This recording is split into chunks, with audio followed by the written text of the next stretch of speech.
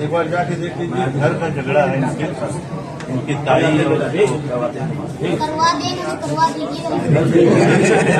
हाँ, नहीं आप लोग कीजिए बस। 13 साल के अमिताभ की गुहार ने जीता सबका दिल। साहब देखना नहीं, न्याय करवा दीजिए। उत्तर प्रदेश के लखीमपुर खीरी में आयोजित तहसील दिवस के दौरान एक 13 वर्षीय छात्र की बेबाक अपील ने अधिकारियों और मौजूद लोगों का ध्यान अपनी ओर खींच लिया।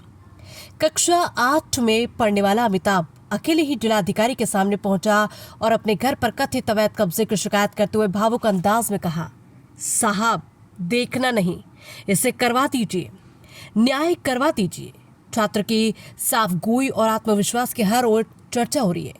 बताया जा रहा है कि अमिताभ अपने परिवार की समस्या लेकर बिना किसी झिझक के तहसील दिवस में पहुंचा था। उसने जिलाधिकारी के सामने पूरे मामले को विस्तार से रखा और कहा कि उनके घर पर अवैध कब्जा कर लिया गया। उसकी बेबाक शैली और हाजिर जवाबी ने वहां मौजूद अधिकारियों और लोगों को भी प्रभावित किया।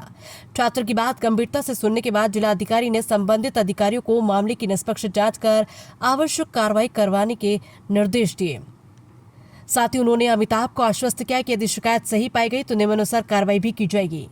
जिलाधिकारी ने छात्र की हिम्मत और जागरूकता की सराहना करते हुए उसे पढ़ाई पर पूरा ध्यान देने की सलाह भी दी।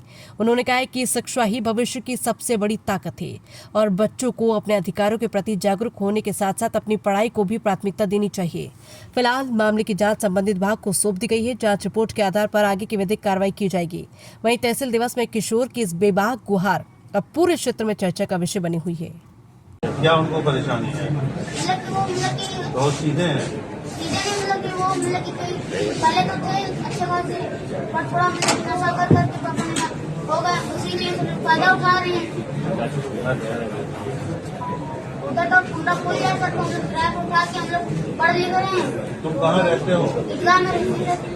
मतलब तुम्हारा अपना मकान है ना? जी सर। वहाँ रहते हैं? हाँ। तो ये मकान उससे हटकर है? हटका नहीं, एक ही में जॉइंट। अच्छा, आधे में रह रहे हैं, आधे में उन्होंने ताला लगा दिया, तो वो कमरा खुल जाएगा तो किराए पे दे देंगे। जी सर। तुम्हारे साहू जी उसी मकान में रहते हैं? नहीं, वो हमारे एकदम जैसे सामने जॉइंट में है सब पूरा उधर ही साले पर ताला ही डाल। तो अंदर मतलब आपके पिता का भाइयों से बंटवारा हुआ होगा ना? जी सर।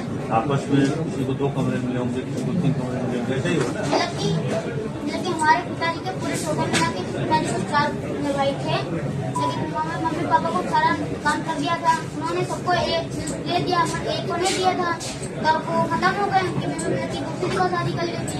तो वो कह रही मम्मी इधर ताला डाल रखा है, सब खोल ले, हम लोग किराए को उठा लें, अभी सबको मिल गया, उसमें क्या लेना चाहिए?